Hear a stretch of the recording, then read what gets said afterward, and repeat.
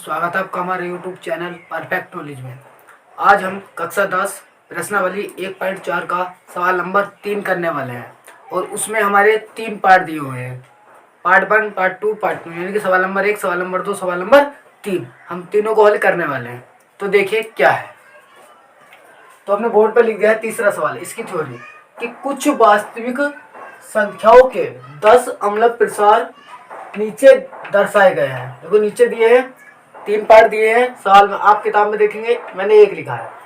प्रत्येक स्थिति के लिए निर्धारित कीजिए कि यह संख्या परिमेय है या नहीं।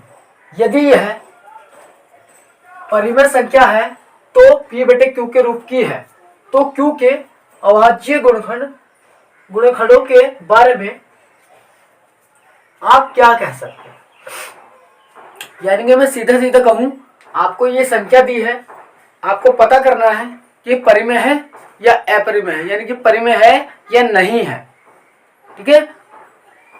फिर अगर ये परिमेय है तो आप इसके ये संख्या P/Q के रूप की होगी, बिल्कुल होगी, क्योंकि जो परिमेय संख्या होती है वो P/Q के रूप की होती है।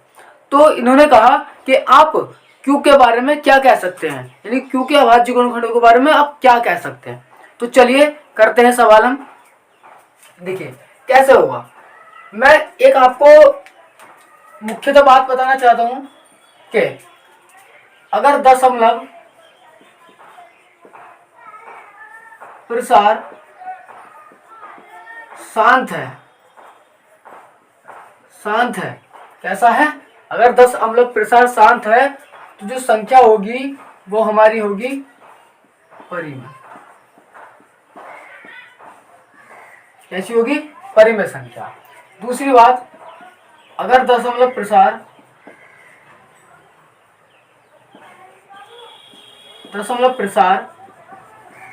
अशांत आवर्ती है तो भी हमारी संख्या कैसी होगी, परिमेय होगी। ठीक है। लेकिन तीसरी बात कि अगर हमारा दशमलव प्रसार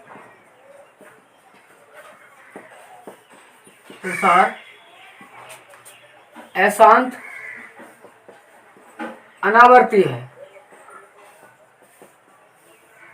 तो हमारी जो संख्या होगी वो होगी अपरिमेय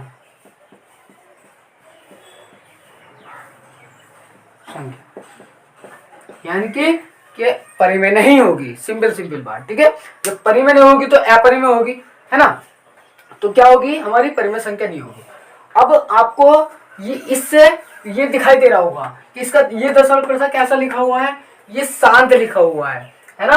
कैसा है, शांत। देखो शांत का मतलब होता है कि इसकी जो दशमलव प्रसार है वो रुक गया है, मतलब ये चल नहीं रहा है ना। और देखो रुक गया है तो हमने अभी बात लिखी है कि दशमलव प्रसार अगर शांत होगा तो कैसी होगी संख्या, परिमेय संख्या होगी।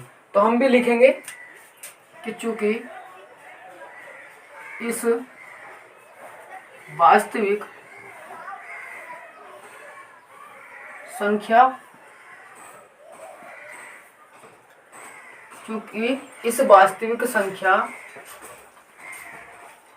का प्रसार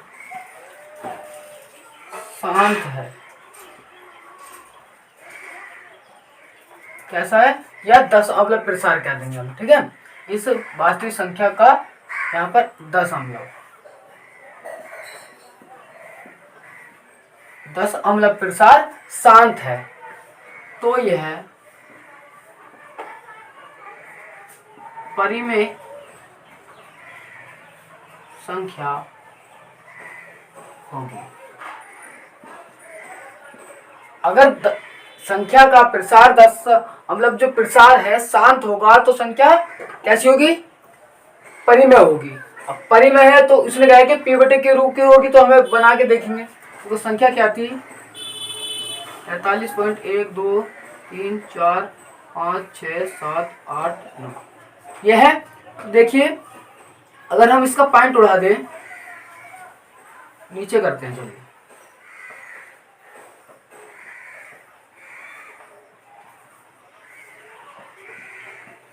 इसका पॉइंट उड़ गया, ये यहाँ से तो कितने जीरो बढ़ेंगे, 9 जीरो बढ़ेंगे ना, क्योंकि पॉइंट के बाद देखो कितनी संख्या है, 1 2 3 4 5 9 ही है, 1 2 3 4 5 6 7 8 9, 9 है ये, इस तरीके से। अब आगे हम इसे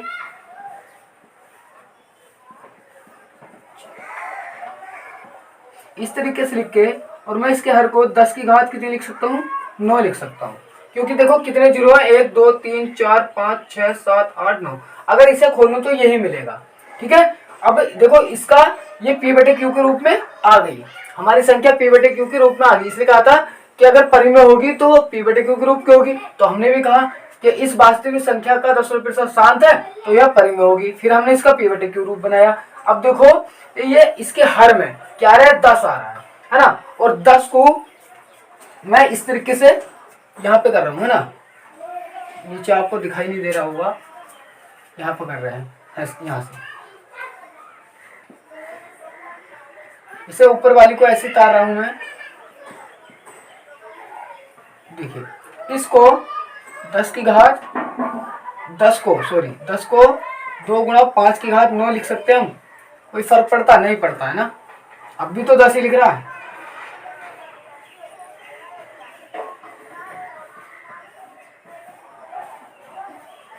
इसे ऐसे तारेंगे, इसे हम लिख सकते हैं 2 की घात 2 गुणा 5 की घात 2 9। अब देखिए हमारा सवाल कंप्लीटली हो गया। अब हमें बस इसके क्या कहना है, हर के बारे में कहना। तो इसका हर है नीचे वाला क्यू, तो देखो किसके इन्होंने कहा था कि क्यू के अभाज्य गुणनखंडों के बारे में आप क्या कह सकते हैं, तो क्यू के जो अभाज्य गुणनखंड होंगे वो 2 गुणा 5 के रूप के होंगे, दोनों को होगा। देखो इसमें क्या लिखेंगे कि क्यू के अभाज्य गुणनखंड 2 की घात 9 कोमा 5 की घात 9 के रूप का है, ये कह देंगे आप। या फिर आप ये भी कह सकते हैं कि 2,5 या 2,5 दोनों के रूप का होगा, है ना, ये इसके रूप का था तो हमने ये कह दिया। ठीक है, तो ये हमारा आंसर कंप्लीटली हो। ठीक है, अब देखते हैं सवाल नंबर इसका दूसरा पार्ट। ये आपको इतना ही करना था, आपको बस हर में एक इस तरीके से बना लेंगे और कह देंगे। ठीक है, तो अब देखते हैं सवाल नंबर ये दूसरा सवाल। इसका दूसरा पॉइंट क्या कह रहा है कि 0.1200 यानी कि डैश ऐसे ये कंटिन्यू चल रहा है। ठीक है, तो देखो इस वास्तविक संख्या का दशमलव प्रसार कैसा है, अशांत है और अनावर्ती है। अशांत अनावर्ती का क्या मतलब है कि अशांत मतलब कि ये चलता चला जा रही है, शांत नहीं हो रहा है, रुक नहीं रहा है, और ऊपर से ये रिपीट भी नहीं हो रही है, संख्या रिपीट भी नहीं हो रही, बदल रही है। देखो पॉइंट के बाद 1 2 0 आया, फिर पॉइंट फिर क्या है 1 2 0 0, यानी कि फिर 1 2 0 0, यानी कि रिपीट नहीं हो रही है, संख्या बदल रही है। 1 0 2 0 3 0, यानी कि संख्या आपको रिपीट नहीं हो रही है। तो लिखेंगे बस इसके बारे में उत्तर, इस वास्तविक संख्या का दशमलव प्रसार अशांत अनावर्ती है। तो यह एक परिमेय संख्या नहीं। ठीक है, परिमेय संख्या नहीं है, हमसे यही पूछा था परिमेय संख्या नहीं होगी तो हम इसके जो क्यू के अभाज्य गुणनखंड के बारे में कुछ नहीं कह सकते। तो लिखेंगे अतः हम क्यू के अभाज्य गुणनखंड के बारे में कुछ नहीं कह सकते, नहीं कह सकते हैं।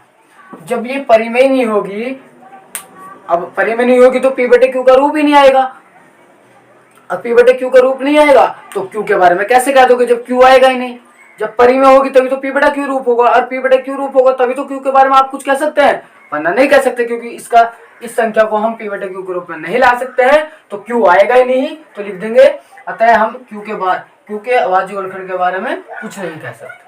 ठीक है, तो चलिए दूसरा हुआ, अब करते हैं इसका तीसरा। चलिए अब करते हैं तीसरा पार्ट। तीसरा पार्ट क्या है कि 43.1 2 3 4 5 6 7 8 9 और इसके ऊपर क्या है, ये अंडरलाइन है कि एक लाइन है। इसका मतलब क्या है लाइन का, कि ये संख्याएं फिर से रिपीट हो रही हैं। इसका मतलब ये संख्याएं फिर से यहाँ पर शुरू से यहाँ 1 2 3 इस तरीके 4 5 6 7 8 9 फिर से 1 2 3 इस तरीके से संख्या क्या हो रही है, रिपीट हो रही है ना। इसका मतलब है, इसका उत्तर लिखेंगे, आसानी है कि इस वास्तविक संख्या का 10 अंशांक प्रसार कैसा है, आसान तो है, आसान तो है, क्यों रुक नहीं रहा है, क्योंकि आगे चल रहा है, लेकिन क्या है, अशांत आवर्ती है। संख्याओं की क्या हो रही है, आवर्ती हो रही है, संख्या क्या हो रही है, रिपीट हो रही है, वही संख्या आ रही है बार बार। देखो 1 2 3 4 5 6 7 8 9 आएगा, फिर से 1 2 3 4 5 6 7 8 9 आएगा, फिर से 1 2 3 4 5 6 7 8 9 आएगा। इसका मतलब संख्या क्या हो रही है कि रिपीट हो रही है, बार बार वही आ रही है, तो इसका मतलब क्या है, अशांत आवर्ती है। तो इस वास्तविक संख्या का दशांश प्रसार अशांत आवर्ती है। तो यह एक परिमेय संख्या है।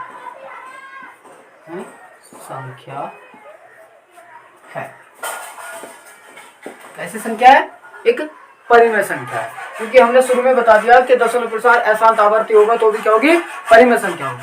तो परिमेय संख्या होगी तो ये पी बटे क्यू के रूप में व्यक्त हो सकती है, और इसके क्यू के अभाज्य गुणनखंड के बारे में आप कुछ कह सकते हैं। तो इसे परिमेय संख्या को हमें व्यक्त नहीं करना है ना, उसने नहीं कहा कि इसे व्यक्त करो, उसने केवल ये कहा था कि और पी बटे क्यू रूप की है यानी कि होगी, तो क्यू के अभाज्य गुणनखंड के बारे में क्या कह सकते हैं। तो हम लिख देंगे कि अतः क्यू के अभाज्य गुणनखंड 2, 5, 2 या 5 के अतिरिक्त एक और गुणनखंड होगा। क्योंकि देखो अगर इसके नीचे अगर ये नहीं होती तो हम क्या बना लेते, इसके नीचे पॉइंट उड़ाते, जीरो बढ़ाते और हमारे जीरो बढ़ते, तो उसमें क्या निकल आता कि इसके जो क्यू के गुणनखंड होते हैं वो 2 या 5 के अलावा कुछ नहीं आता, या तो 2 आता है या 5 आता है या दोनों आते हैं, है ना, यही तो होता है। अगर नीचे 10 हो तो आप देखो 10 को क्या बना सकते हो, 5 गुणा 2, 5 दूनी 10 भी इसी तरीके 100 होगा, तो यही बनेंगे। तो इसी तरीके से इसके नीचे जो होगा वो क्या कि इस तरीके से नहीं होगा कि 10 होगा या 100 होगा 1000, कुछ और होगा, लेकिन पी बटे क्यू रूप जरूर बन जाएगा। तो इसलिए कि अतः क्यू के अभाज्य गुणनखंड या 2 या 5 के अतिरिक्त एक और कोई गुणनखंड होगा, यानी कि 2 और 5 तो हो सकता है, उसके अलावा भी कोई एक गुणनखंड और होगा। ठीक है, तो हम क्यू के बारे में ये कह सकते हैं। तो हमारे सवाल, हम ये 3 सवाल थे और तीसरे सवाल में 3 पार्ट थे, तो हमने तीनों पार्ट बिल्कुल आराम से पढ़ लिए, बिल्कुल आसानी से पूछे, कोई दिक्कत नहीं है, बिल्कुल आसान सवाल थे, है ना। तो आप 102 बार जब करेंगे आप आराम से ये थ्योरी लिख सकते हैं और उसे कर सकते हैं। सवाल तो असल में उसमें एक ही था पहला, ये तो खाली थ्योरी लिखनी है, आपको पता होना चाहिए। ये तीनों बात अगर आपको पता है तो आप आराम से कर देंगे और बता देंगे कि कौन सी परिमेय संख्या, कौन सी अपरिमेय संख्या, या कौन सी परिमेय कौन सी परिमेय नहीं है। दोनों का मतलब एक ही है ना, जो परिमेय है, परिमेय नहीं है तो अपरिमेय होगी। ठीक है, तो आप कोई क्वेश्चन भी होगा तो वो आप कर देंगे। और एक बात, ये चैप्टर हमारा क्लोज हुआ, बिल्कुल कंप्लीटली हमने पढ़ लिया है। अब इसके मैं बहुविकल्प करूंगा, यानी कि एमसीक्यू क्वेश्चन करूंगा, एमसीक्यू क्वेश्चन यानी कि बहुविकल्प क्वेश्चन करेंगे। ठीक है, इसके पूरे चैप्टर के मैं बहुविकल्प क्वेश्चन आपको पढ़ाने वाला हूं, क्योंकि बहुविकल्प क्वेश्चन भी आते हैं और जो चैप्टर छूटेंगे और वे नहीं होंगे तो दिक्कत आएगी, है ना। तो इसके एमसीक्यू क्वेश्चन करेंगे और चैप्टर क्लोज कर देंगे। अगले पार्ट में। ठीक है, तो चलिए चलते हैं, अब आगे कल मिलेंगे अगले एमसीक्यू क्वेश्चन के साथ और इस पार्ट की समाप्ति के साथ। चलिए, जय हिंद।